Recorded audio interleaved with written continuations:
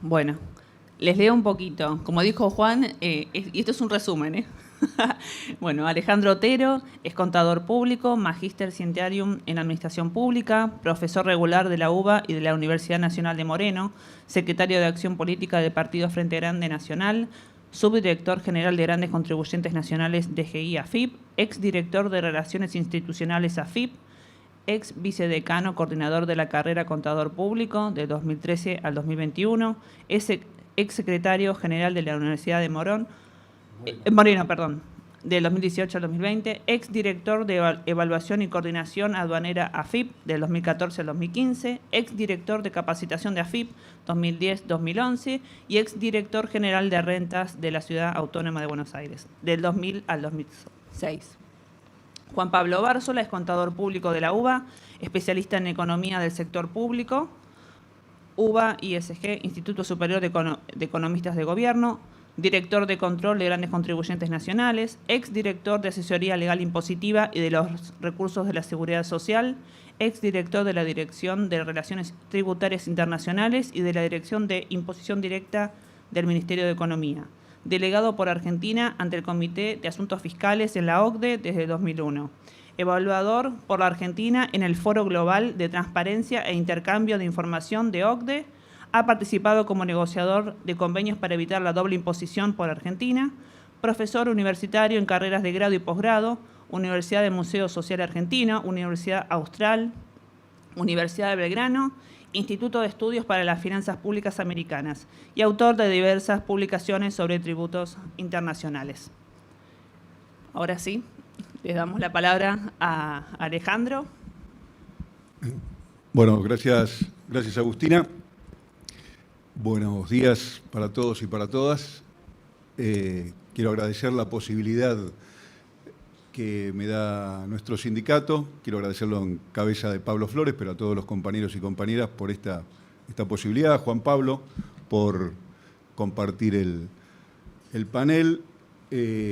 Siempre es un gusto para mí poder compartir algunas ideas o reflexiones sobre un tema que a uno lo enamora hace muchos años y no lo deja, ¿no?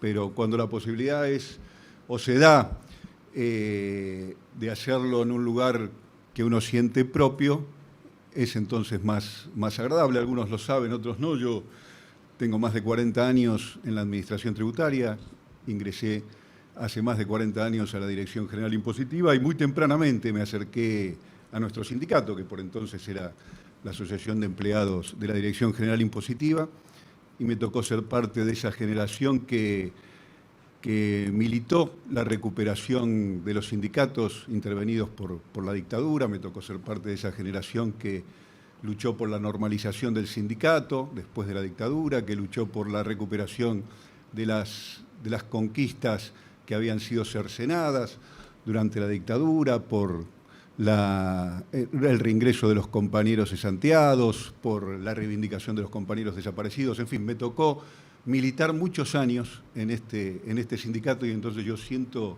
especialmente propio, porque esa experiencia, que no es usual en nuestro organismo, ¿verdad? No es usual que los compañeros que tienen una trayectoria sindical después ocupen cargos relevantes de gestión, como ha sido mi caso. Yo soy muy agradecido a esa experiencia, porque es una experiencia que me permitió ser lo que soy. Y como estoy bastante conforme a esta altura de la soirée con lo que he podido hacer de mi vida profesional, le tengo un gran agradecimiento a nuestro sindicato y soy un afiliado. Y vengo acá a hablarles como compañeros, como un militante más, como un afiliado más, como compañeros en el sentido, no lo digo solo en clave peronista, que probablemente valga acá para muchos, sino como compañeros en el sentido literal, como aquellos que compartimos el pan, como aquellos que nos dedicamos a una profesión por la que yo también he bregado que sea reconocida como tal, la de administradores tributarios, una cosa distinta de los tributaristas, ¿no? No somos la misma especie. Nos ocupamos o transitamos la cuestión tributaria, pero lo nuestro tiene que ver con ser profesionales de la, como dice la ley, de la aplicación, recaudación y fiscalización de los tributos. Y eso creo que, visto hacia atrás, haber contribuido a que sea reconocida la nuestra como una profesión específica, como una especialidad específica, creo que es algo que tiene que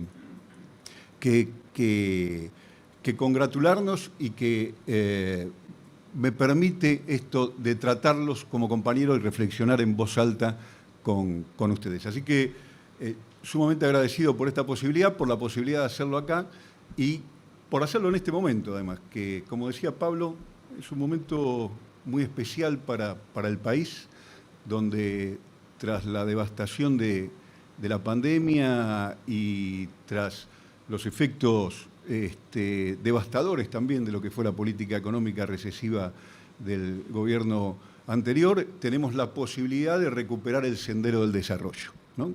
Entendido, para decirlo rápido, como un sendero donde el país tiene crecimiento, pero ese crecimiento se distribuye de una manera que va en favor de las mayorías populares. A eso entendemos por desarrollo. Un crecimiento con una distribución positiva del ingreso. Y entonces, en esto que la charla denomina los desafíos de la administración tributaria, mi intención al venir acá es decir algunas cosas por ahí en tono provocador y para estimular un intercambio. Parece que lo más rico de estas charlas son el intercambio, las preguntas, así que yo voy a decir algunas cosas y en todo caso después profundizamos a partir de las preguntas, básicamente con esta idea o con esta motivación o con esta preocupación de qué podemos hacer los administradores tributarios de la Argentina en favor de la consecución del desarrollo. Hablo desde ahí. Mis preocupaciones y mis reflexiones tienen que ver con eso, con cómo los administradores tributarios podemos contribuir a recuperar un sendero de desarrollo sostenible para la Argentina en beneficio del conjunto del pueblo argentino. Uno podría decir, y bien lo hacía notar Pablo, la recaudación va bien, crece por encima de la inflación, 6 puntos, aproximadamente 5 puntos para el primer trimestre de este año. Y podríamos contentarnos con eso como administradores tributarios. Good, cumplimos con nuestro trabajo. Todo bien, estamos logrando y superando la meta presupuestaria, vamos a alcanzar las metas comprometidas con el fondo. Eso está muy bien. Pero quiero hablar pensando en que podemos hacer más, que podemos lograr más. Y lo digo como funcionario responsable de la gestión, con altas responsabilidades en la gestión y como un tipo que es parte de este gobierno. Desde ahí hablo. Hablo entonces y reflexiono y comparto con ustedes lo que pienso en cómo el desarrollo nos interpela como administradores tributarios. ¿Desde dónde y qué cosas conviene pensar como administraciones tributarias para apoyar eso? Así que agradezco una vez más esta posibilidad, por ahí un poco larga la introducción y autorreferente, pero lo que quiero decir en síntesis es que estoy muy contento de estar acá y tener la posibilidad de compartirlos con ustedes en esta casa. Además estoy muy contento de estar en este sindicato después de tanto tiempo, mirar para atrás en este hotel, ¿no? Y pensaba recién cuando entré, tenía razón Perón, ¿no? La organización vence al tiempo. Los hombres pasamos, somos circunstanciales, ponemos nuestro granito de arena para que una organización con el tiempo que se mantiene, persevera, ¿no? crece y termina cumpliendo su objetivo más allá de cada uno de nosotros. Eso me parece extraordinario. Entonces, bueno, visto desde ahí y en función del desarrollo, a mí me gustaría empezar esta charla compartiendo con ustedes a modo de epígrafe una cita. Vieron, en los libros que se usa muchas veces el autor hace un epígrafe, a veces ese epígrafe es de tono personal, agradece a la mujer, a los hijos, al amante, o dice cosas que uno, en fin, no tiene la menor idea de qué cuernos está hablando, pero a veces cita a alguien, ¿no? Establece como epígrafe una cita, porque es significativa respecto del texto. Bueno, yo, a modo de epígrafe de esta charla con ustedes, quiero compartir una frase que suelo usar en charlas como esta, y permítanme que la lea rápidamente, es relativamente breve, y dice así: se advierte un sistema tributario donde prevalece la imposición indirecta, afectando a los sectores de ingresos medios y que deja intacto el amplio margen de consumo superfluo de las clases de ingresos superiores. Un sistema tributario regresivo que deja inmunes a las altas rentas y grandes patrimonios, en el cual proliferan deducciones, exenciones, franquicias que reducen la base imponible del impuesto a los réditos a un alto costo fiscal y social. Un sistema tributario que deja moverse a sus anchas variados mecanismos de evasión legal e ilegal. Un sistema tributario que multiplica impuestos satélites para ocultar la impotencia de no gravar mediante pocos y fundamentales tributos las manifestaciones reales de capacidad contributiva que se extienden a contribuyentes menores para evitar la participación de los grandes contribuyentes. Cita de epígrafe. Por ahí algunos de ustedes reparon que yo dije impuesto a los réditos. Al decir impuesto a los réditos, esa cita ya está fechada, ¿no? El impuesto a los réditos es el antecedente del impuesto a las ganancias.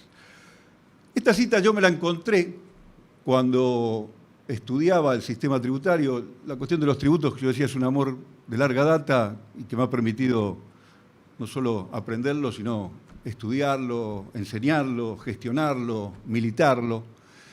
Y allá, estudiando cuestiones del sistema tributario argentino, estudié la reforma tributaria del 73, que se dio en diciembre del 73. Y me encontré esta frase en diciembre del 73 en el diario de sesiones del 73, el entonces diputado, un diputado de curiosa trayectoria, Héctor Sandler, por ahí alguno lo recuerda, está más hoy en el olvido. Héctor Sandler citaba esta frase para describir el sistema tributario argentino en el año 73. Es decir, que esta frase, que yo estaría dispuesto a suscribirla hoy, cambiando impuesto a los réditos por impuesto a la ganancia, resultaba válida en la Argentina en el año 73. Pero lo más curioso es que esa frase de Sandler era también una cita. Yo cito a Sandler, pero Sandler con esta frase citaba al profesor Federico Herschel de la Facultad de Ciencias Económicas de la Universidad de Buenos Aires, que había escrito esto en la descripción de un análisis del sistema tributario que le había encargado la Universidad de Buenos Aires en el año 1963, hace 60 años. Es decir, que esta cita era válida en el 63, era válida en el 73 y sigue siendo válida siendo países aquellos muy distintos, la misma Argentina, pero muy otra Argentina, y sigue siendo válido hoy. ¿Por qué traigo esta cita a la que voy a volver a lo largo de mi exposición de hoy más de una vez?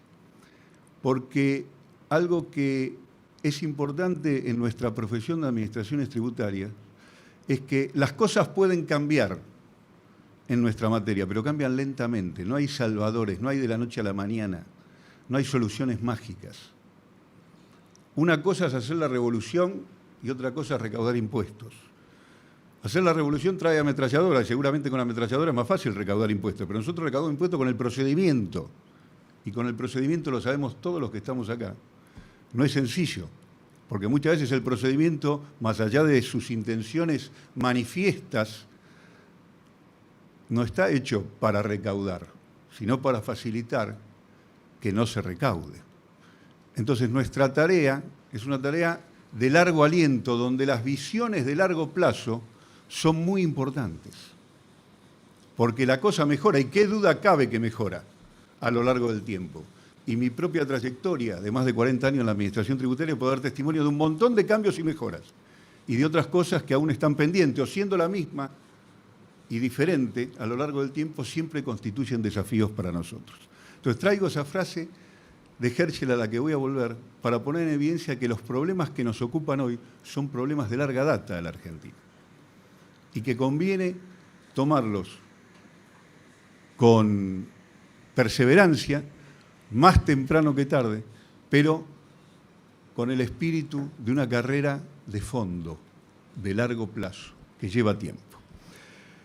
En ese sentido, digo, entonces, yendo ya a la cuestión, tenemos un objetivo, que es cómo los administradores tributarios podemos contribuir al desarrollo, y tenemos, yo diría hoy, en relación a nuestra materia, a la fiscalidad, hoy tenemos tres grandes roedores. La fiscalidad, nuestra materia, está atravesada por tres grandes corrosivos, dos de alcance mundial y uno de alcance nacional. Permítame mencionarlo después y después digo algo acerca de ellos. Los dos roedores, los dos grandes corrosivos de la fiscalidad a nivel internacional son, llámenlo como quieran, guaridas fiscales, paraísos fiscales, jurisdicciones de baja o nula tributación, y por otro lado, la economía digital. Y en el caso particular de la Argentina, a mí me gusta reconocer un tercer roedor, un tercer corrosivo, que es lo que yo llamo la restricción interna. Ahora vamos a ver qué es eso. Cuando hablamos, acá no hace falta, por suerte, explayarse demasiado, de las guaridas fiscales o de las jurisdicciones de baja o nula tributación, todos sabemos a qué nos referimos, sabemos cómo resultan perniciosas o facilitadoras de las maniobras de evasión y elusión. Cualquier medición internacional indica que la Argentina tiene más de 350.000 millones de activos localizados en el exterior no declarados. El reciente y tan polémico proyecto que busca recaudar de los activos no declarados en el exterior un fondo para pagar la deuda cita estas mediciones, y en cualquiera de esas mediciones y en cualquiera de esas filtraciones, los Panama Papers, los Pandora Papers, siempre hay argentinos, siempre tenemos ahí un grupete de compatriotas que nos honran, entre comillas y con mucha ironía, haciéndonos figurar en todas esas mediciones que pone la Argentina cerca de algún podio de los casos donde la fuga y la evasión y la elusión y el uso de los paraísos y las guaridas fiscales protege a estos personajes. Por otro lado, la economía digital, un problema que empezó con los servicios digitales y ahora se generalizó porque dinamita todos los principios básicos de la tributación. Fuente, establecimiento permanente, está la nube. ¿Y dónde carajo está la nube? ¿Y quién tiene jurisdicción sobre la nube? Ninguém tiene jurisdicción, entonces yo estoy al margen del poder tributario del Estado. Estos dos fenómenos, durante un tiempo, en particular los primeros, fueron un fenómeno solo de países como los nuestros. Mientras la fuga y la evasión solo afectaba a países como los nuestros, las guaridas fiscales eran un gran recurso de los países desarrollados porque se hacían de un ahorro barato, de la fuga para financiar sus proyectos de inversión. Pero a partir de fines de la década del 90 y principios de este siglo, el problema se generalizó y la preocupación fue extendiéndose y el tema empezó a plantearse en los organismos internacionales. Me da un poco de pudor hablar de esto delante de Juan Pablo, que es nuestro experto, pero no me voy a inhibir por ese pudor y voy a decir alguna cosa sin perjuicio de que él me corrija. A mí, esta historia de qué pasó con estos dos grandes roedores me gusta dividirla en dos etapas, ¿no? La etapa donde el tema se empieza a plantear en OCDE y la cuestión es Estados Unidos contra el resto del mundo. Es decir, de algún modo Estados Unidos protegiendo la no gravabilidad de los servicios y la economía digital y el resto del mundo tratando de resolver el problema de algún modo, ¿no? Durante ese largo periodo se consiguieron cosas muy importantes para luchar contra estos dos roedores. Respecto a las guaridas fiscales, se empezaron a generalizar las críticas y las sanciones. Por supuesto que es más declamativo lo que se logró que efectivo, ¿no? Es decir, queda un sabor a poco, porque las declamaciones son altisonantes, el G7, el G20, la OCDE, qué sé yo, pero después los resultados concretos son más bien decepcionantes. Pero aún así, se avanzó mucho en la necesidad de la cooperación internacional, se avanzó en el intercambio de información, sea automático o a pedido, sea masivo o puntual. Se fue generando la idea de que valía la pena tomar medidas unilaterales y Francia, España y otros países empezaron a intentar grabar la economía, los fenómenos de la economía del conocimiento, de la economía digital, y se fueron generando iniciativas como BEPS que trataban de pelear contra estas o recomendar o hacer recomendaciones para pelear. La Argentina, de algún modo, se fue haciendo eco de algunas de estas cosas, por ejemplo, en la reforma del 17, una reforma que tiene luces y sombras, ¿no? Que fue una reforma, a mi modo de ver, muy regresiva en materia tributaria, pero incorpora la posibilidad, por ejemplo, de gravar los servicios digitales en materia de impuestos indirectos. pero no así en materia de impuestos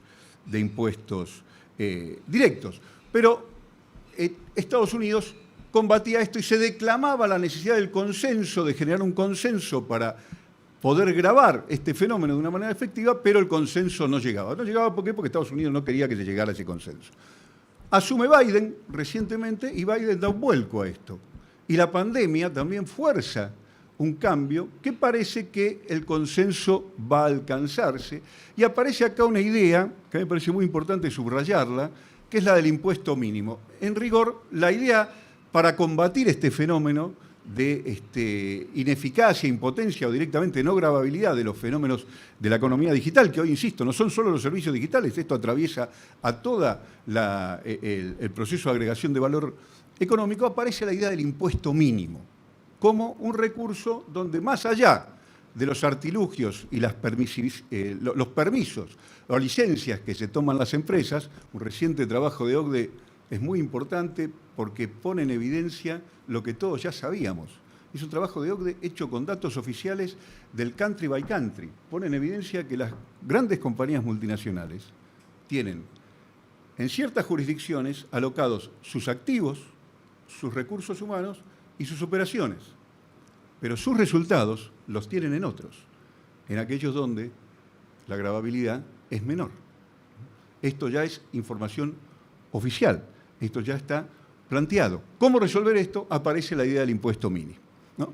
Y esta es una idea que me parece que, legitimada internacionalmente, es una idea muy potente para cuestiones que vamos a ver un poco más adelante. Ahora, ojo, yo estoy diciendo con esto que el consenso que está a punto de ser alcanzado es bueno para la Argentina. No, no, no, todo lo contrario. Sé que Juan Pablo piensa lo mismo. Se han hecho grandes progresos, pero no hay nada bueno que esperar para Argentina de este consenso, porque la forma en que se aplica y distribuye el impuesto mínimo y los mecanismos de distribución, por su complejidad, por institutos como el arbitraje internacional y por otras razones, no permiten ser optimista respecto de lo que hay a esta altura del partido que esperar en materia de consenso internacional para atender a estos roedores. Es decir, que esos dos roedores en el futuro inmediato van a seguir perjudicando, van a seguir limando las bases imponibles en países como los nuestros. No hay nada bueno que esperar en ese contexto y entonces tendremos que ver cómo, sin salirnos del consenso, porque somos parte del mundo, tomamos las medidas que nuestro interés nacional reclama. Si seguimos esperando que el consenso internacional nos dé las soluciones para enfrentar el fenómeno que afecta a todo el mundo y a nosotros también, vamos a esperar a Godot, es decir, vamos a esperar en vano. Dos roedores internacionales y uno local, el que yo llamo la restricción interna. ¿A qué llamo la restricción interna? Bueno, todos sabemos acá qué cosa es la restricción externa, ¿no? Cuando nos referimos a la restricción externa, nos referimos a ese fenómeno que padece la Argentina, paradojal, donde por su fuerte grado de desintegración económica, producto de las políticas neoliberales, básicamente la dictadura, después del menemismo y por último del macrismo, esa desintegración industrial hace que cuando la economía crece, demanda más importaciones. Más economía, más crece la economía, más empleo genera, más demanda genera, más crecen las importaciones. Entonces, como crecen las importaciones, hay más demanda de dólares. Y esa mayor demanda de dólares, en la medida en que las exportaciones se debilitan, se traduce en un estrangulamiento. Ese estrangulamiento de los saldos externos genera presiones devaluatorias. Las presiones devaluatorias traen como consecuencia la devaluación y la devaluación se traduce en recesión e inflación. Ese es el fenómeno que refieren los economistas como la restricción externa. Un fenómeno muy importante, muy paradojal, porque crece la economía en la Argentina, hay más producción, más empleo, entonces más demanda de importaciones, pero también más demanda de dólares para pagar endeudamiento, público o privado en dólares, o porque la gente está mejor y mucho más viajan al exterior para pagar gastos en el exterior de turismo, o para pagar royalties, o patentes, o dividendos por empresas. En fin, crece la demanda de dólares cuando la economía argentina crece y le va bien, y eso produce el estrangulamiento que ha caracterizado a la economía argentina a lo largo de su historia y sigue pendiente de ser resuelto y constituye uno de los grandes obstáculos para una política de desarrollo. Cuestión, insisto, pendiente.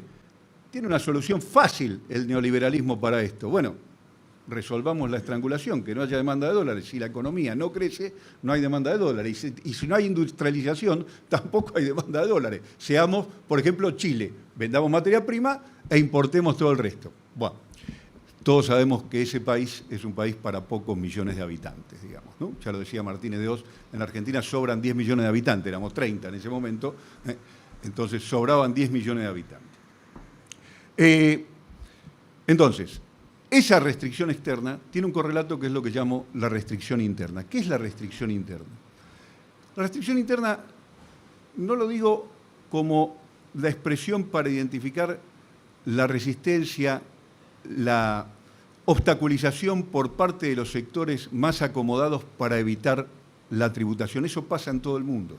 Me refiero a la restricción interna como la incapacidad que tiene el Estado en la Argentina para apropiarse legítimamente de una porción de la riqueza generada para financiar el desarrollo. Apropiarse de parte del Estado de modo legítimo y sostenible de una porción de la riqueza para financiar el desarrollo no es una cuestión de moral, ni de revanchismo, de clase, ni de resentimiento. Es una precondición del desarrollo. Si el Estado no logra, en una economía de mercado, en una economía capitalista, apropiarse de modo legítimo de una porción de la riqueza para financiar el desarrollo, no hay desarrollo. No hay ninguna experiencia internacional donde el desarrollo haya sido posible de un modo sostenible si esta cuestión de orden político no es resuelta. Y ahí nosotros, los argentinos, pero también los administradores tributarios, muy especialmente, tenemos una tarea pendiente. Resolver la restricción interna es tan necesario para garantizar el desarrollo en la Argentina como resolver la problemática de la restricción externa.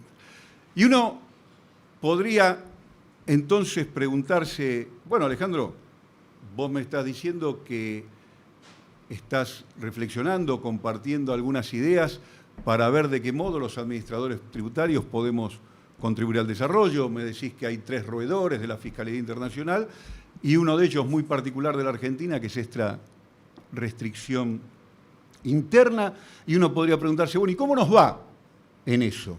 ¿Cómo nos va en vencer la restricción interna? Y ahí vuelvo al epígrafe. La Argentina de los 60, 70 era muy distinta de esta Argentina. Era una distinta, acá es toda gente muy joven, así que los que peinamos canas hacemos rápidamente un ejercicio de memoria. Una Argentina que tenía pleno empleo, por ejemplo, donde si alguien le decía en los años 60 o hasta mediados de los 70 a un argentino que iba a llegar un momento en que la Argentina iba a tener 37% de pobreza, lo iba a mirar como diciendo, este tipo está completamente loco, no hay ninguna posibilidad que pase eso.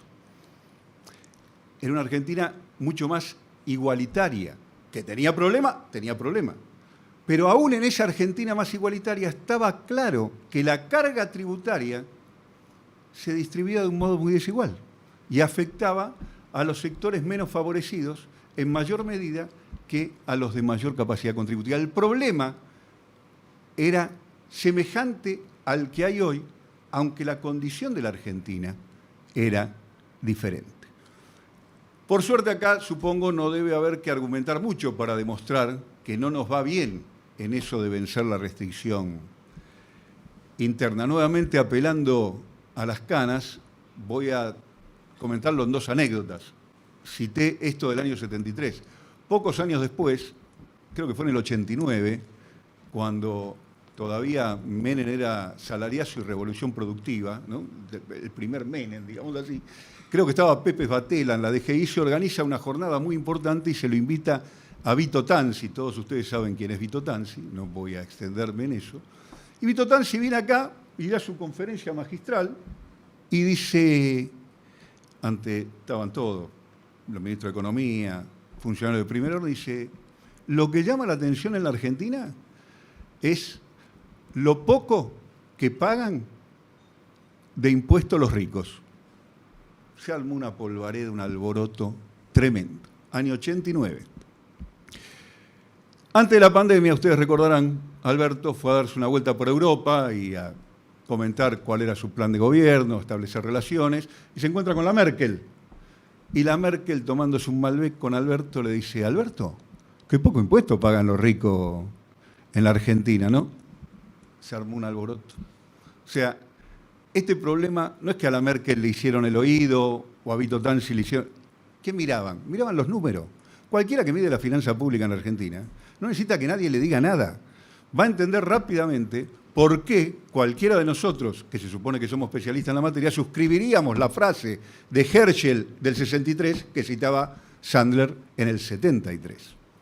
Porque los ricos pagan poco impuesto en la Argentina. Y cada vez que se quiere gravar a los ricos, el alboroto es descomunal. Basta citar el aporte solidario extraordinario. Pero baste poner de manifiesto que se armó un alboroto enorme y el aporte solidario extraordinario alcanza, se dijo, 12.000, 13.000 personas, ¿verdad? 12.000, 13.000 personas.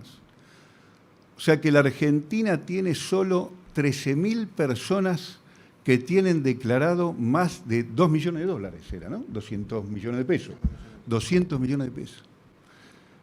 Algún problema tendremos. Y no son todos evasores, eso es lo peor. El tema es que la legislación vigente expone y evalúa bienes de un modo que permite que esto pase. A mí no me llama la atención el alboroto, la polvareda que hicieron porque se promovía el aporte solidario extraordinario. Lo que me llama la atención es que haya solo 12.000 personas. Si uno mira bienes personales, con las enormes mejoras que hizo nuestro gobierno en la materia, recordemos que el macrismo había puesto bienes personales en la ruta de la extinción, igual que ganancia mínima presunta. Este gobierno retrotrajo la cuestión, progresivizó las alícuotas, puso una alícuota extraordinaria para los bienes en el exterior. Aún así, bienes personales no recauda ni un punto del Producto Bruto, ni un punto. Y el impuesto inmobiliario, el impuesto patrimonial por excelencia que manejan las provincias, no recauda ni medio punto del producto. En todo el país, ni medio punto del producto. Hay un alboroto enorme por el dictamen de las evaluaciones, más allá de las cuestiones técnicas que podamos discutir y que son legítimas, un alboroto enorme. El inmobiliario en la Argentina, estimadísimos, no recauda ni medio punto del producto. Estoy hablando de la Argentina, que tiene un desarrollo urbano muy importante, pero tiene uno de los stocks de tierras aptas productivas más importantes del mundo y no recauda medio punto del producto. El promedio de América Latina, saben todos ustedes qué es América Latina, es 0,6 del producto, una décima más que medio punto. Nosotros estamos por abajo del promedio de América Latina. Entonces, los impuestos patrimoniales en la Argentina no es que se recauda poco, es una vergüenza. Se puede discutir si la presión tributaria es alta o baja en la Argentina. Hay una gran polémica por esto, lo sabemos todo. Cuando uno mira los datos, yo soy de los que piensa que la presión tributaria en la Argentina no es alta. Hoy está incluso un punto por debajo de lo que era en 2015, después que la reforma de Macri lo bajó 2 puntos. Está en el orden de 30 puntos del producto.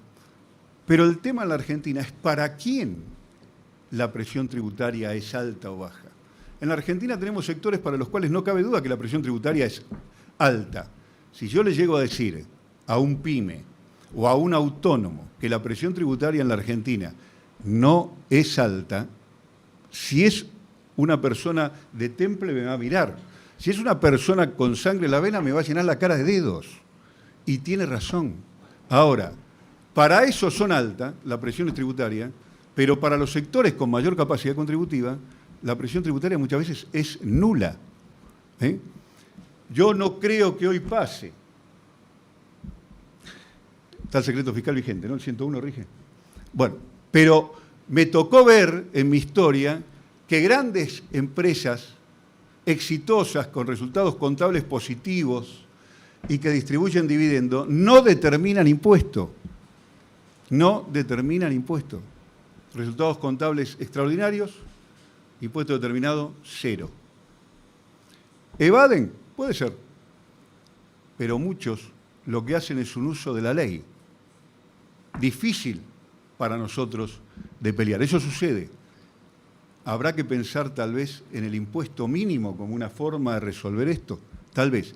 Pero lo que estoy tratando de poner en evidencia con unos pocos ejemplos al modo de pintor impresionista, trazos gruesos, porque ustedes conocen los números igual que yo, es que no hace falta ahondar mucho, ni en las anécdotas históricas, ni en los números, para poner en evidencia que en eso de vencer la restricción interna nos queda mucho por hacer. A los argentinos en su conjunto, a la política en particular y a los administradores tributarios en especial. Tenemos mucho por hacer, porque una cosa es garantizar la recaudación y otra es que la recaudación distribuya las cargas tal como corresponde en función de la capacidad contributiva. Y digo esto como hombre de un gobierno que creo que se ha hecho mucho en ese sentido. Mencioné el aporte solidario, mencioné la progresividad de bienes personales, podría mencionar la parálisis de la alícuota descendente del impuesto a las ganancias en personas jurídicas o el haber hecho lo que Macri prometió y no cumplió, que era sacar a la mayoría de los trabajadores de la cuarta categoría o del impuesto a la ganancia por cuarta categoría en esta etapa. Es decir, si tomaron muchas medidas para progresivizar. Aún así, falta. Aún así, habrá que hacer cosas. Es decir, que lo que estoy tratando de poner en evidencia es que no nos va bien. Y en eso entonces, y voy llegando al final de mi presentación, en eso entonces uno podría decir, bueno, pero me decís, pensemos que podemos aportar al desarrollo, me decís cuáles son los roedores de la fiscalidad, me decís que no vamos bien respecto de uno de estos roedores y que tampoco hay mucho que esperar del consenso internacional. Entonces, ¿cuáles son los desafíos? Bueno, los desafíos son muchos, pero yo hoy quiero compartir solo algunos que nos interpelan especialmente como administradores tributarios. No traje una lámina, si tuviera un pizarrón lo haría, pero les pido que hagan un ejercicio. Primero porque quiero aclarar una cuestión metodológica. Yo estoy acá hablando del sistema tributario y quiero aclarar a qué refiero cuando menciono el sistema tributario. Imaginen, y permítame que haga la herejía, ahora que estamos cerca de Pascua, de decir que cuando yo hablo del sistema tributario, en analogía con la Santísima Trinidad, yo me refiero en realidad a otra Trinidad, que no es sagrada, es tributaria, pero a una Trinidad. Es decir, yo hablo del sistema tributario como si fuera una cosa, pero en realidad me refiero a una Trinidad, una tríada. Entonces, imaginen un triángulo equilátero. Entonces, cuando yo hablo del sistema tributario, hablo de una tríada que es, en el vértice superior, tiene lo que vulgarmente se entiende por sistema tributario, es decir, el conjunto de hechos imponibles, sujetos pasivos alcanzados, alícuotas, exenciones, exclusiones, en fin, las bases imponibles sobre las cuales recae el peso de la tributación. El sistema tributario incluye eso, que es lo que vulgarmente se conoce. Pero en nuestro país federal también incluye otras dos cosas. Incluye los sistemas de redistribución de recursos entre jurisdicciones, lo que vulgarmente llamamos coparticipación, pero que no es solo la coparticipación, porque hay muchos mecanismos de redistribución, y incluye, en el otro vértice de la base, a las administraciones tributarias. Si bien es cierto que en la Argentina el 85% de lo que se recauda, o más lo recauda la FIP, lo recaudamos nosotros, las administraciones tributarias provinciales en conjunto recaudan un poco más de 5 puntos del producto, así que no es despreciable. Las administraciones tributarias de las jurisdicciones provinciales y municipales también cumplen un rol importante en esto de capturar una porción legítima o legítimamente una porción de la riqueza para propiciar al desarrollo. Entonces, cuando yo hablo del sistema tributario, hablo del sistema tributario propiamente dicho, de la coparticipación y otros regímenes de redistribución y de las administraciones tributarias. Esa tríada No puede pensarse por separado. No hay ninguna posibilidad de pensar en un país como el nuestro por separado una medida tributaria pura, sin pensar cómo se aplica y se recauda de un modo consistente y sin ver cómo se va a distribuir con las provincias. Porque no funciona. Así de sencillo, no funciona. Cada vez que pensamos algo en relación al sistema tributario, hay que ver cómo se armonizan estas tres dimensiones para que esa medida resulte eficaz. ¿Ok? Entonces, pensado el sistema tributario en esa tríada, o pensado como tríada, los desafíos, o para compartir con ustedes los desafíos en concreto y cerrar esta exposición, les voy a pedir que en ese ejercicio imaginario del triángulo equilátero, donde dice sistema tributario, dice coparticipación y dice administraciones tributarias, consignemos unas palabritas. Donde dice sistema tributario, pongamos contractualización. Donde dice coparticipación, pongamos corresponsabilidad. Y donde dice administración tributaria, pongamos trazabilidad e integración.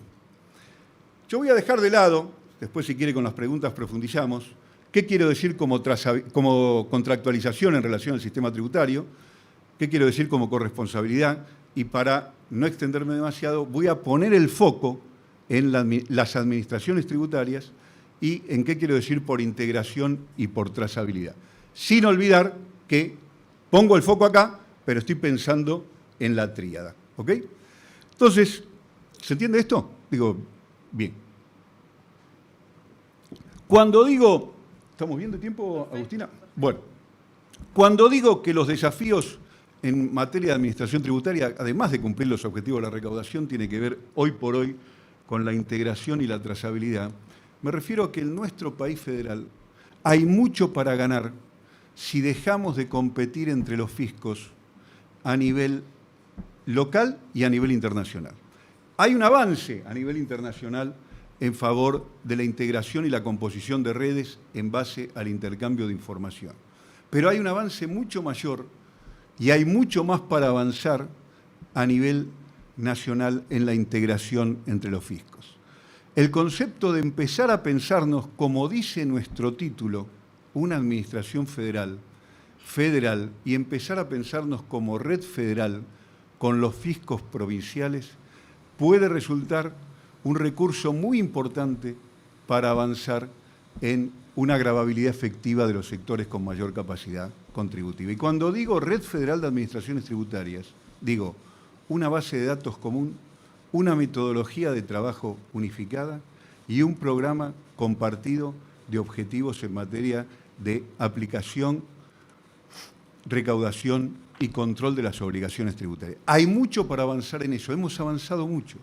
Hoy, por ejemplo, algo que parecía imposible hace 20 años, es realidad. Tenemos el padrón federal. Hay 19 jurisdicciones que se han adherido al padrón federal. La última, recientemente, la semana pasada, nada más ni nada menos que la provincia de Buenos Aires. ¿Qué quiere decir que hay un padrón federal? Quiere decir que hay un padrón único de contribuyentes en todo el país. Esto hace 20 años era impensable. ¿Por qué? Porque, por ejemplo, cada jurisdicción tenía su nomenclador de actividades. ¿Cómo íbamos a tener un padrón único? Cada jurisdicción tenía un número de contribuyentes para cada impuesto y la CUIT no era la única válida. Cada jurisdicción definía el domicilio según su mejor criterio, en uso de las potestades federales que tiene cada jurisdicción.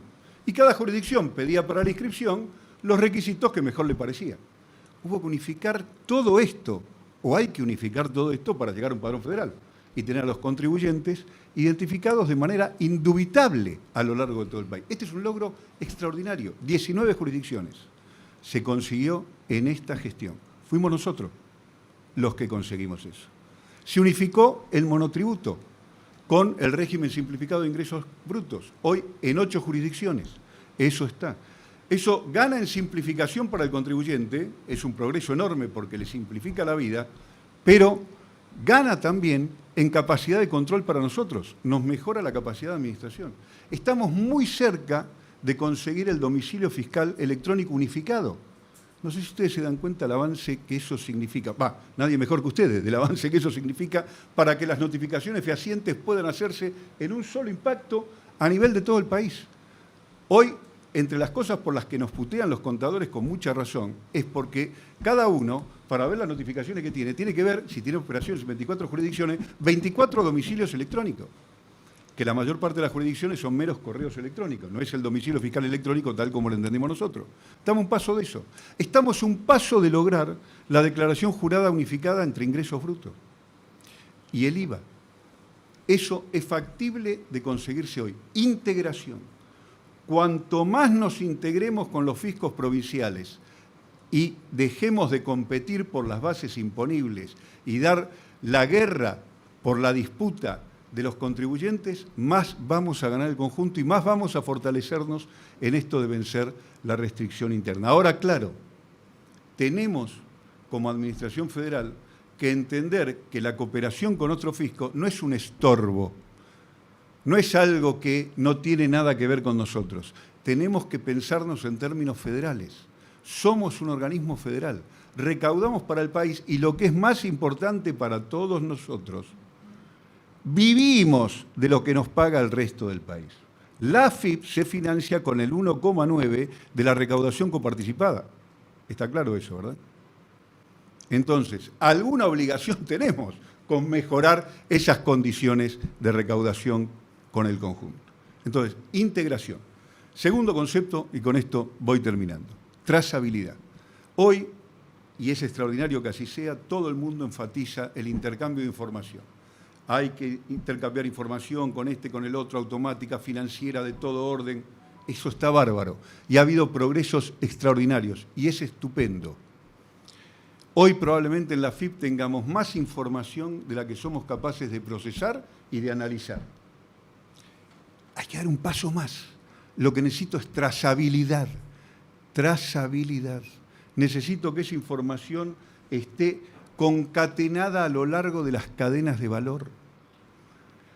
Está bárbaro saber cuánto se sembró de trigo. Está bárbaro saber cuál es la molienda, cuánto se exporta, cuándo va para el consumo interno. Pero tengo que poder seguirlo hasta la góndola. Si nosotros pudiéramos seguirlo hasta la góndola, esto que hoy nos desvela a los argentinos, que es la inflación, nos desvela y nos daña, que es la inflación, y la forma de controlar precios, le pedimos a los empresarios lista de precios, vamos a controlar en las góndolas. Si yo tengo trazabilidad a lo largo de la cadena de valor, tengo los costos. Tengo los costos. Si la factura electrónica factura de un modo tal que identifica de modo indubitable los productos y sus precios, tengo los costos. Tengo el mejor control posible sobre los precios, porque tengo los costos a lo largo de la cadena de valor. Si todas las operaciones que afectan las reservas las puedo trazar, si tengo trazabilidad como se intentó hacer en 2015 con un decreto de Koch y Capitanich y luego se discontinuó, si las puedo trazar, a la fuga no la corro, a esa fuga al menos, no la corro más de atrás, no se me escapa más la tortuga. Sé dónde empezó, sé dónde terminó. Trazabilidad. Información, bárbaro. Pero pensemos los regímenes de información de modo que sean trazables. Porque si no vamos a estar igual que como estábamos hace 20 años con las provincias, donde intercambiábamos información. ¿Pero de qué servía? Si no podía dialogar la información porque sus diseños, sus lenguajes eran distintos. Necesito trazar.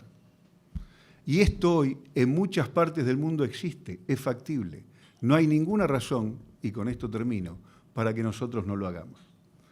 Pero para hacerlo, hay una condición que tiene que estar dada, que es la tecnológica.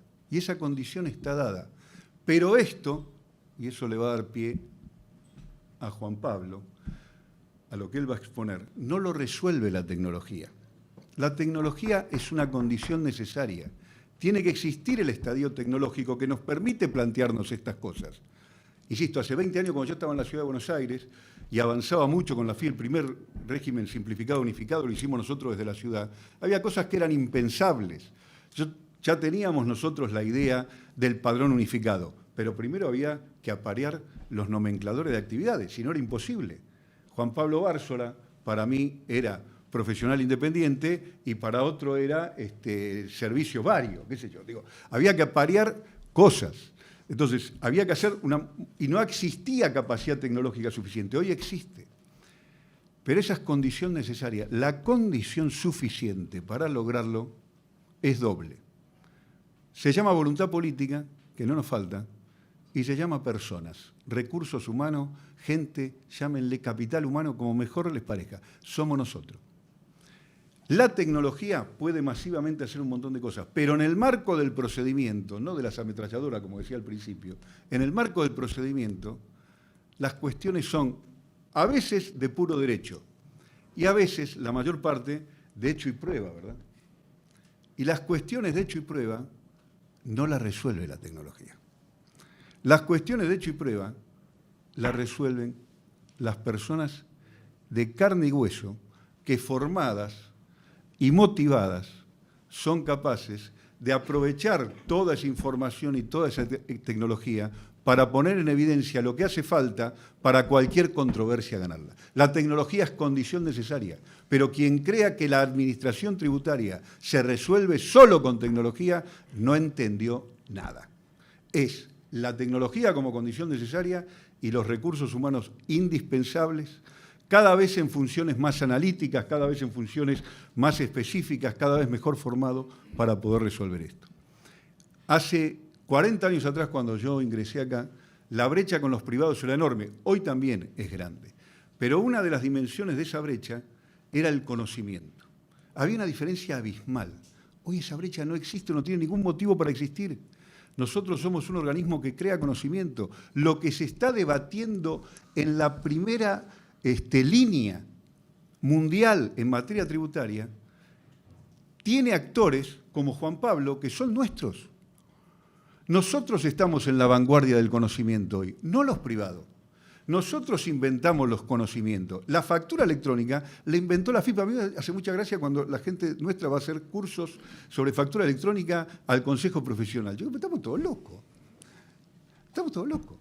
El conocimiento que nosotros generamos, tenemos que saber nosotros hacerlo circular y aprovecharlo. Porque nosotros en materia de conocimiento hoy estamos a la vanguardia.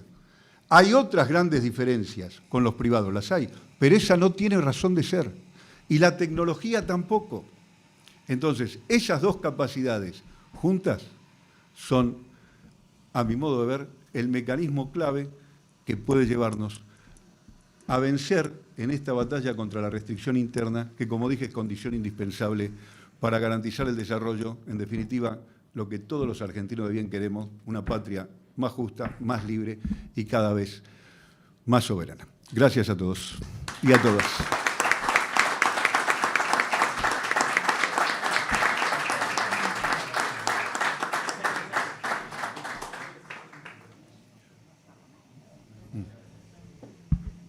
Bueno, ahora sí, si tenemos preguntas acá en el auditorio. Ah, muy bien, a ver. ¿Qué tal? Buenos días. Un poco bueno, lo que estaba hablando el subdirector, cuando se habla de integración, que me parece un punto muy interesante, yo no solamente lo referiría para con las demás administraciones tributarias, sino que justamente en lo que es áreas operativas y las que tenemos mucho roce con lo que es la justicia, necesitamos más vinculación o otra forma quizás de relacionarnos a veces con lo que es la justicia, los juzgados y demás. ¿Por qué digo esto? Y esto se relaciona un poco con lo último que decía sobre que la tecnología a veces no es suficiente. Y nosotros en nuestra labor, que seguramente les pasará a muchos acá, un gran obstáculo en la fiscalización, en la percepción de las conductas de los contribuyentes que eluden tributos o que pretenden eludir, evadir tributos, es el efectivo. Muchas veces la trazabilidad por medio de la tecnología, las operaciones en efectivo, no es algo que podamos percibir nosotros a través de nuestras bases o a través de tareas que nosotros podemos realizar con una circularización, por ejemplo. Y son tareas que nos exceden a veces como organismo administrativo y que ahí necesitamos la intervención de la justicia para realizar determinado tipo de tareas que permitan llegar a este tipo de conductas. Es decir, yo lo que agregaría un poco con el punto de la integración es justamente eso, que también reforzar el vínculo, digamos, del organismo o la interacción que podemos tener con la justicia, que muchas veces falla la propia comunicación con los juzgados porque tienen formas diferentes de trabajar ambas entidades públicas, porque la justicia también en definitiva es una entidad pública. Bueno, ese es el primer comentario que se me ocurrió recién de lo que estaba diciendo. Sí, te agradezco porque a veces uno enfatiza un aspecto y en la exposición se pierden matices que son importantes. Te agradezco tu comentario porque me hizo poner en evidencia esto. Justamente, mi abuela decía, la caridad bien entendida empieza por casa, y tenía mucha razón. Yo enfaticé con las provincias, pero podría incluso verlo, este mismo concepto de integración caras adentro de nuestra FIP, ¿no? Nuestra FIP tiene todavía mucho por hacer en materia de integración entre sus propias dependencias y también con otras dependencias del Estado. Vos mencionás muy bien la justicia, pero yo podría hablar de los registros de la propiedad o de los registros de los bienes muebles. Sin duda, el concepto de integración se extiende más que eso.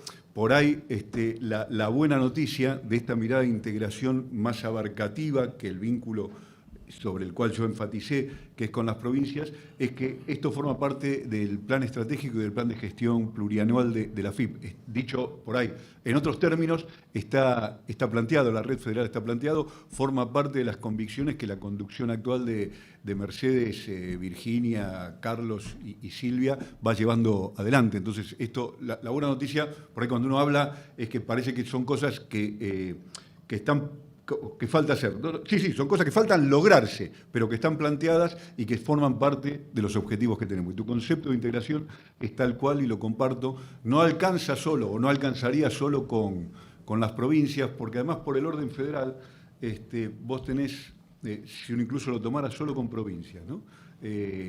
Por ejemplo, hay provincias donde, como en el caso de la provincia de Buenos Aires, los catastros y el registro de la propiedad inmueble están bajo la órbita de ARBA. Entonces, bajo una misma unidad, vos tenés toda la información. Pero muchas otras no. Por ejemplo, en Tierra del Fuego, vos, porque mencionaste la justicia, el registro de la propiedad inmueble, que es indispensable para poder unificar la información sobre inmuebles, porque yo, por más que tenga la ubicación física y las condiciones edilicias del inmueble absolutamente descriptas, si yo no tengo quién es el titular, bueno, no tengo quién cobrarle impuestos, ¿no? Y en el caso de Tierra del Fuego, el registro de la propiedad inmueble está en la justicia. Ni siquiera está en la órbita del Poder Ejecutivo, no es que no está dentro de la Administración Tributaria, no está dentro de la órbita del Ejecutivo. Entonces, sí, el concepto de integración tiene, en el caso del federalismo fiscal argentino, un desafío enorme, porque es hacia adentro, empezando por el hacia adentro de nosotros de la FIP, con nuestras áreas centrales y las áreas operativas, donde hay mucho por hacer, y entre áreas operativas, y después hacia afuera, más allá de las provincias. Inclusive con eso le estoy... Si yo no tengo esa... Perdona. Si yo no tengo esa unificación bien lograda, si yo lo tengo parcialmente hecha, yo le estoy dando al contribuyente que quiere evadir, bueno, andate acá, andate a esta jurisdicción, porque acá no tengo la base pública completa y no puedo investigarte tan bien como lo podría hacer en otro lugar. Exactamente. Como acá estamos entre compañeros y en un ámbito cerrado, todos nosotros sabemos que hoy por hoy hay algo que nos favorece, que es el mito respecto de la información que tiene la FIP, la capacidad que tiene de procesarla y usarla. Muchas veces hay información que nosotros no tenemos, ¿no? La información sobre inmuebles actualizada para todo el país no la tenemos. Entonces, eso hace muy difícil controlar una cosa básica en bienes personales, por ejemplo, ¿no? ¿Y por qué no la tenemos? Bueno, porque en nuestro país los inmuebles están en cabeza, los registros de inmuebles están en cabeza de la provincia. Entonces hay que conseguir que las 24 jurisdicciones nos lo informen, compatibilicemos los registros, y eso es algo que se viene trabajando muy espasmódicamente a lo largo de los años. Algo parecido pasa con los bienes muebles. Entonces, tenemos mucha información, sí, tenemos mucha información valiosa, y tenemos mucho por recorrer todavía en eso. Ahora, lo que estoy tratando de señalar es que el intercambio de información es la etapa previa. Hoy tenemos que dar un paso más, que es integración y trazabilidad. Integración y trazabilidad. E integrarnos en el procedimiento. ¿Por qué una actuación de una inspección sobre un contribuyente que detecta ventas omitidas en el impuesto al valor agregado no puede ser válida, directamente válida, para ingresos brutos en la provincia? ¿Por qué no? No la hacen funcionarios competentes, no está aprobada, porque eso no pasa automáticamente a ingresos brutos. Nosotros intercambiamos la información, ellos tienen que hacer la misma inspección, juntar su propia documentación. Entonces hay mucho para ganar en la integración, simplificando procedimientos, lo cual le facilita la vida al contribuyente, pero también mejorando nuestra capacidad de control. La integración es un concepto muy potente y la trazabilidad es la otra manera. No pensar la información solo como compartimiento estanco, sino concatenada, el flujo. Lo que necesito es seguir el flujo. Rocío, creo que hay una pregunta en ¿El chat? ¿Seguimos con el chat? para ir echando porque... Bueno, muy bien. Una pregunta que nos hacen los compañeros que están vía Zoom. La capacitación es un tema clave en la operatoria internacional, ya sea precios de transferencia o paraísos fiscales. Creo que se debe profundizar en la capacitación del personal. Me gustaría saber si la especialización de equipos por regiones sería una posibilidad para ello, teniendo en cuenta la experiencia de grandes contribuyentes nacionales. Bueno, un saludo para todos y todos los que están en Zoom. Sin duda, la capacitación, la formación, la actualización es indispensable para que todos nosotros estemos a la altura de los desafíos. En fiscalidad internacional y en cualquier aspecto que tenga que ver con nuestro métier. El tema de las especializaciones de fisca, después también creo que es una pregunta válida para Juan Pablo.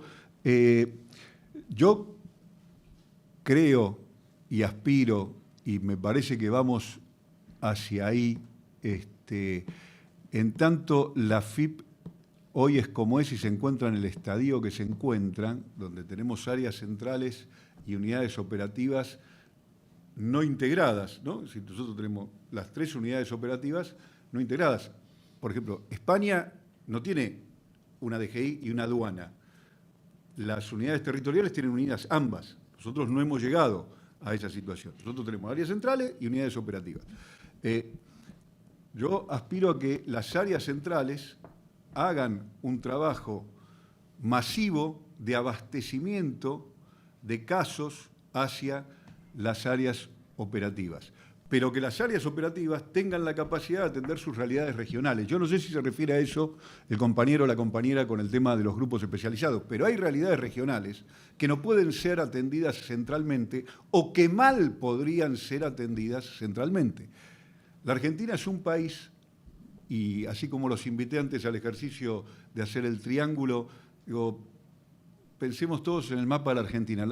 Una de las debilidades que tenemos para alcanzar a los sectores con mayor capacidad contributiva es la debilidad que tenemos para capturar las rentas, sobre todo las rentas de los recursos naturales en la Argentina. Renta y beneficio son 2 conceptos diferentes, ¿verdad? Más allá de que nuestra legislación por ahí no es clara en tratarlo diferente, pero renta es distinto. Si uno mira el mapa de la Argentina, ¿no? Y digo, empecemos por el Atlántico Sur y vamos por el Estrecho de Magallanes hacia la cordillera, digo, tengo la renta de la pesca, ¿no? Y si me voy por la cordillera, tengo la renta hidrocarburífera, y a medida que subo tengo la renta minera, y si bajo hacia el centro del país tengo la renta agropecuaria, y si voy a los grandes centros urbanos tengo la renta financiera. Es un país lleno de rentas la Argentina, lleno de rentas, que contribuye muy poco. Y esas realidades tienen, muchas de ellas, localizaciones geográficas precisas. Estaría muy bien que las regiones que tienen incumbencia sobre esas realidades tengan especialidad sobre esos puntos, más allá de lo que las áreas centrales puedan aportar. Esa combinación de masividad desde lo central y especialización desde lo regional, creo que es la forma de mejorar nuestra capacidad de fiscalización y control en la AFIP en las actuales condiciones que se encuentra. Pero no sé cómo lo ve Juan Pablo, que él de hecho es el director de... Bueno, buenos días a todos. Ante nada, mi observación sobre esta consulta podría ser la siguiente. La realidad que nosotros tenemos en grandes contribuyentes nacionales probablemente no se pueda replicar en las regiones, ni en el área metropolitana, ni en el interior. Yo creo que en las regiones probablemente sea más efectivo, más eficiente tener equipos especializados en temas de tributación internacional, precios de transferencia, planificación fiscal, para focalizar los recursos que sabemos todos que son escasos y la preparación y el entrenamiento de esos recursos no siempre es fácil. En grandes contribuyentes yo tomé la decisión opuesta en mi gestión, es decir, teníamos equipos especializados en la temática internacional y precios de transferencia, y mi apuesta fue a que todas las divisiones de fiscalización y todas las divisiones de investigación tengan alguien por lo menos o un equipo que pueda abordar los temas de planificación fiscal, de precios de transferencia, compartan el conocimiento y vayamos de esa manera formando los equipos que puedan abordar esta temática, que en grandes contribuyentes es fundamental porque muchas de las empresas, por no decir todas, tienen operaciones internacionales que están sometidas a este tipo de controles. Entonces, mi idea, el tiempo dirá si ha acertado o no, es que esta temática prolifere en todas las divisiones y en todas las áreas, más allá que sabemos que hay equipos con más experiencia, con más capacidad, con más preparación quizás, que son los que tienen que compartir y fomentar la multiplicación de ese conocimiento, ¿no? El conocimiento es el único bien escaso y valioso que cuanto más se comparte, más se tiene. Así que la idea es compartirlo. Bien, y en esa misma, para completar la respuesta, yo decía antes que la buena noticia es que lo que estamos compartiendo acá está incluido en el plan estratégico y en el plan de gestión plurianual, y hay una idea a nivel de DGI de que sabemos hoy que tenemos los grandes contribuyentes a escala nacional unificados, ¿verdad?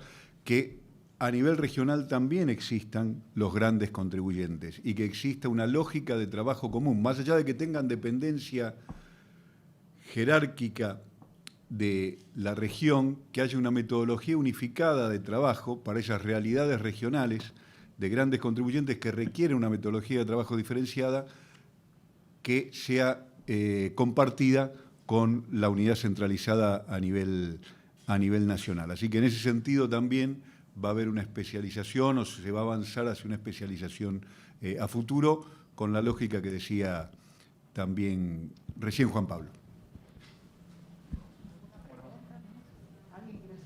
¿Alguna pregunta?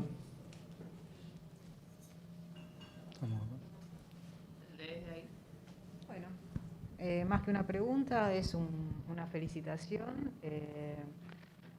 Andrea González dice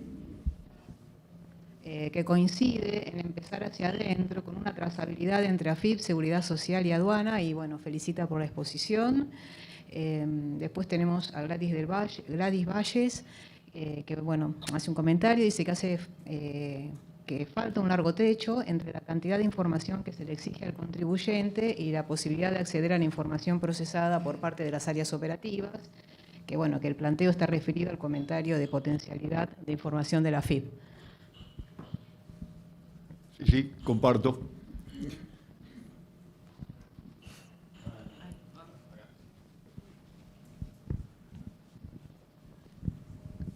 Una pregunta. Algo que es extremadamente complejo lo voy a reducir a una pregunta muy simple, que quizás quede medio vacía, pero bueno, es la pregunta. Aceptar el pago de un impuesto mínimo en las economías digitales, ¿no? ¿No es como aceptar también que nos han superado, que todos los entramados que han creado le ganaron al control del Estado? ¿A nosotros mismos? Está buena la pregunta. Partido abierto, diría yo, en términos futbolísticos. El tema es que hacemos en el mientras tanto. Y en el mientras tanto, si bien el partido está abierto, vamos perdiendo. Entonces, para revertir el resultado, digo, me parece que... Pero viene bien lo que... claro, vamos a tratar de acortar la diferencia. El tema va más allá de la economía digital y es de larga data. En general, históricamente...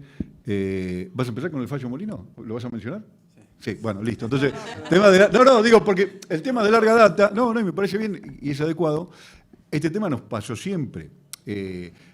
los países como los nuestros, el impuesto mínimo, fueron encontrando artilugios para asegurarnos una parte de la recaudación más allá de lo que después pasara con las liquidaciones impositivas. El impuesto a los activos, ¿no?, tenía ese rol. Ganancia mínima presunta tenía ese rol. Habrá que encontrar otra forma de un impuesto mínimo, ¿no? Ganancia mínima presunta fue cuestionado judicialmente porque, presumía ganancias allí donde podía no haberla. Pero si yo hago un impuesto mínimo sobre las utilidades contables, no hay presunción alguna, ¿verdad? La utilidad contable es manifiesta y, de hecho, es fuente posible de distribución de dividendos y de tornarla líquida. Entonces, me parece que el problema excede, es de más larga data, y que nosotros, los países subdesarrollados, del tercer mundo, en desarrollo, como lo quiera llamar, siempre hemos peleado contra esto y encontrado formas de asegurarnos una gravabilidad. Lo que digo que es interesante es que ahora esto se ha legitimado a nivel mundial. Y entonces, en ese sentido, podemos usar lo que ya usábamos en el pasado, insisto, activos, ganancia mínima presunta, para acortar el resultado en este partido que sí, efectivamente, no nos estaría yendo bien, y tampoco me parece la mejor solución colgarnos del travesaño. Me parece que algún gol sería bueno meterles y que estamos en condiciones de invocarlos. Sí, yo agregaría eso, que si bien mal de muchos es consuelo de tontos, el problema no es nuestro, ¿no? O sea, el impuesto mínimo surge de la norma GILTI de Estados Unidos, y Estados Unidos con el IRS no puede controlar a sus multinacionales, con todo respeto, no pretendan que cabeciemos nosotros, ¿no?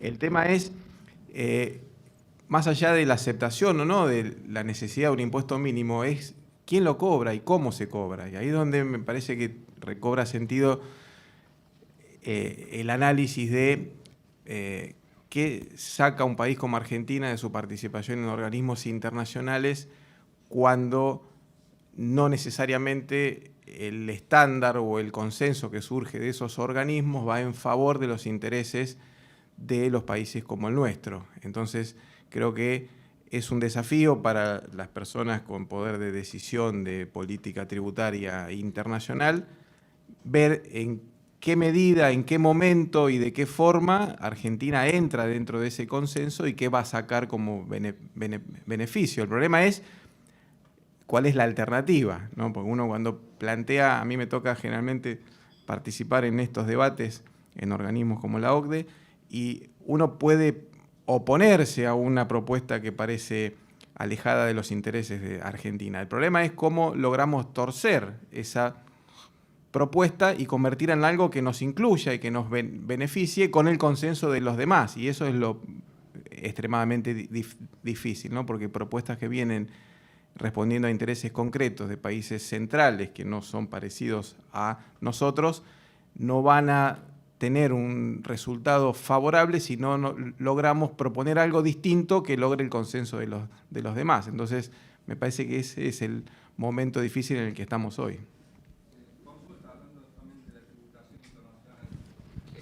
La aplicación por parte del OCDE, de la OCDE, es a partir del 2023, y el G20 tenía entendido que lo quería aplicar unos años más adelante. ¿Es así? ¿Y por qué sería?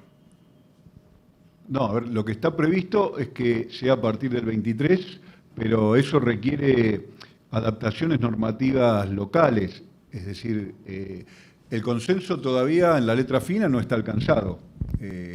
Todavía falta que ese consenso se materialice en la letra pequeña. Y presumiblemente ese consenso, para resultar operativo, va a requerir que los países hagan adaptaciones normativas en su legislación doméstica. ¿Qué quiero decir con esto? Que el objetivo del 23, a esta altura del partido, estamos en abril del 2022, parece un poco ambicioso que se puedan dar todas las condiciones que lo hagan aplicable, sin perjuicio de que me da la impresión de que en países como los nuestros, cuando la letra fina se termine de conocer y aparezcan las adaptaciones normativas de hacer, va a haber un debate importante, no menor, acerca de si nos vamos a sumar o cómo nos vamos a sumar a ese debate. Si el acuerdo con el fondo ha desatado las tensiones que ha desatado, yo creo que va a pasar algo parecido con el consenso cuando se conozca la letra chica, que insisto, ni siquiera está todavía en ese punto. Está planteado lo del 23, pero recordemos que este consenso de 2022 estaba planteado para ser alcanzado en 2020, ¿no? Y se postergó para 2021, o sea que tampoco sería extraño que exista una nueva prórroga.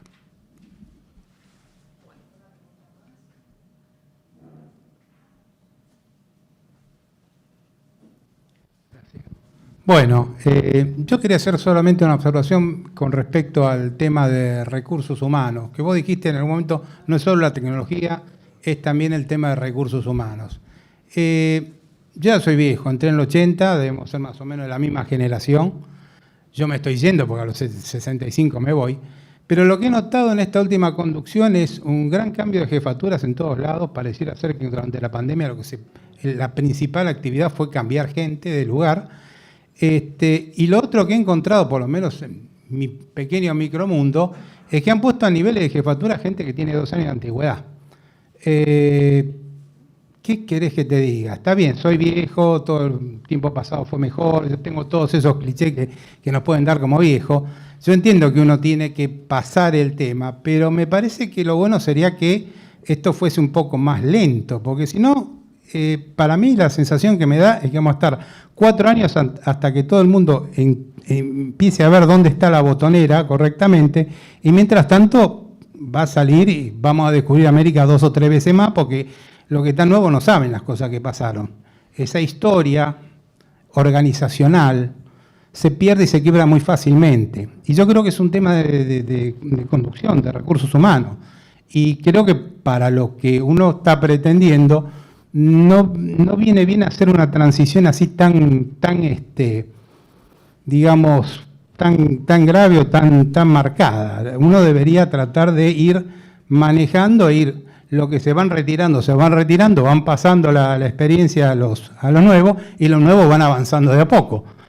Ahora, si vos pones de jefatura al nuevo y al otro que estaba hace 10 años lo dejás ahí como empleado, bueno, ¿qué querés que te diga? Yo creo que de recursos humanos eso es un problema a nivel organizacional fuerte. Por ahí es en el microclima donde me muevo yo. En otro lado no ha pasado esto. Pero lo quería mencionar porque el tema de recursos humanos, estoy de acuerdo con vos, que no solamente la tecnología, son los recursos humanos.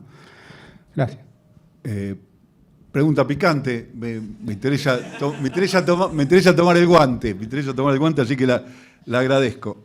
Y perdón que vuelva a ser autorreferente, pero una de las cosas que aprendí en las administraciones tributarias, en favor de lo que vos decís y en coincidencia, es que la experiencia es un recurso valioso en nuestro tema. Es un recurso valioso. Pero eso, y ahí me distancio de lo que decías, eso no quiere decir que sea el único elemento que garantice el ejercicio de una conducción eficaz. De lo que yo aprendí y trato de aplicar es que el trasvasamiento generacional es muy importante, resolverlo en organismos como los nuestros, y eso implica que de la conducción deben formar parte, a mí me gusta decirlo así, 3 generaciones. La nuestra, la tuya y la mía, la que se está yendo, la que tiene que ser mayoritaria en la conducción del organismo, que es la generación intermedia, los que tienen hoy la edad intermedia, que son, y después los jóvenes recién ingresados, aunque tengan 2 años. Yo he nombrado, veo por ahí alguna cara de alguien muy joven en lugares de responsabilidad, pero esa convivencia entre las 3 generaciones es lo que a mí me ha dado mejores resultados en la administración tributaria. Las 3 generaciones. Y siempre los cuadros de reemplazo. Porque así como la experiencia es muy importante, la juventud también es muy importante. Tiene otra mirada, tiene otra formación, tiene otra motivación. Entonces, esa combinación entre la experiencia y la juventud, a mí siempre me ha dado mucho resultado porque lo que unifica a la experiencia con la juventud es la idoneidad y la capacidad. Entonces, en tanto sean idóneos y capaces, la combinación va a ser fructífera. Ese es el punto que tenemos que mirar. Para mí no pasa tanto por joven o juventud acumulada. Son dos elementos a combinar en un marco de idoneidad y capacidad. Digo, es ahí. Y de compromiso, en fin, un montón de cuestiones que son importantes para el ejercicio de la conducción. El don de gente, el formar equipo, el mantener los climas de trabajo. Todas esas cosas son importantísimas. Y alguien muy experto puede no tenerlas. Y alguien muy joven puede tenerlas. Entonces, son, en el conjunto de esos valores que deben caracterizar la conducción, a mi modo de ver, de un organismo como el nuestro, la combinación entre experiencia y juventud, a mí siempre me ha dado muy buenos resultados y es lo que trato de llevar adelante. Ahora, ojo, no pretendo tener la verdad digo, aporto una experiencia desde mi modesta convicción. Tengo un comentario, una pregunta. Después hacemos un break, Ro, última. Bueno, dale.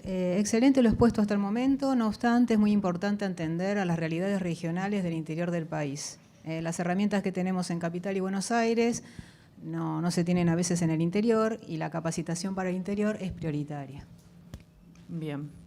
Bueno, ahora sí, excelente la exposición, Alejandro, me encantó. Se nota que es docente, no puede negarlo. Me encantó el tema también de la trazabilidad, la verdad. Ojalá podamos ir ahí para ir atrás de ver dónde está el problema que tenemos por resolver en la actualidad nuestra, que, por ejemplo, la inflación que nos aqueja.